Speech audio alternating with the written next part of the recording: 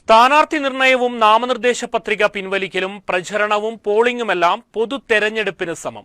ബത്തേരി മൈതാനക്കുന്ന് തൻവീറുൽ ഇസ്ലാം മദ്രസയിലാണ് പൊതു തെരഞ്ഞെടുപ്പ് മാതൃകയിൽ തെരഞ്ഞെടുപ്പ് നടത്തിയത്. എല്ലാ ഒരുക്കങ്ങളും തെരഞ്ഞെടുപ്പ് മാതൃകയിൽ. സ്ഥാനാർത്ഥികളെ പ്രഖ്യാപിക്കലും നാമനിർദ്ദേശ പത്രിക നൽകലും പിൻവലിക്കലും പ്രചരണവും തുടർന്നുള്ള വോട്ടെടുപ്പുമെല്ലാം പൊതു തെരഞ്ഞെടുപ്പ് പോലെ തന്നെയാണ് മദ്രസയിൽ ക്രമീകരിച്ചത്. മദ്രസ ലീഡർമാർ, ലൈബ്രറിയന്മാർ, ഓഡിറ്റർമാർ എന്നീ സ്ഥാനങ്ങളിലേക്കാണ് തെരഞ്ഞെടുപ്പ് നടന്നത്. പോളിംഗ് ഉദ്യോഗസ്ഥർ പേര് വിളിക്കുമ്പോൾ കൃത്യമാണോ എന്ന് പരിശോധിക്കാൻ ബൂത്ത് ഏജന്റുമാരും പോളിംഗ് സ്റ്റേഷനുള്ളിലുണ്ട്.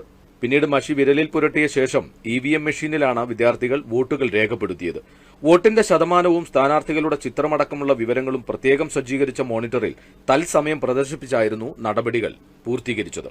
കുട്ടികളിൽ നിന്നും നോമിനേഷൻ പ്രക്രിയ കൃത്യമായി നടത്തിക്കൊണ്ട് സ്ക്രൂട്ടനിങ് നടത്തി കാൻഡിഡേറ്റ്സിനെ തെരഞ്ഞെടുത്ത് ഇലക്ഷൻ വോട്ടർ ലിസ്റ്റും പിന്നീട് EVM മെഷീനും അതിലേക്ക് കുട്ടികളെ കൃത്യമായിട്ട് വോട്ടർ ലിസ്റ്റ് കയറ്റി EVM മെഷീനും ഇപ്പം നിലവിൽ അത്രത്തോളം പോളിംഗ് നടക്കുന്നുണ്ട് എന്നുള്ളത് വരെ കാണിക്കാൻ പറ്റുന്ന രീതിയിൽ ഒരു സംവിധാനമാണ് നമ്മളിവിടെ ഒരുക്കിയിട്ടുള്ളത്.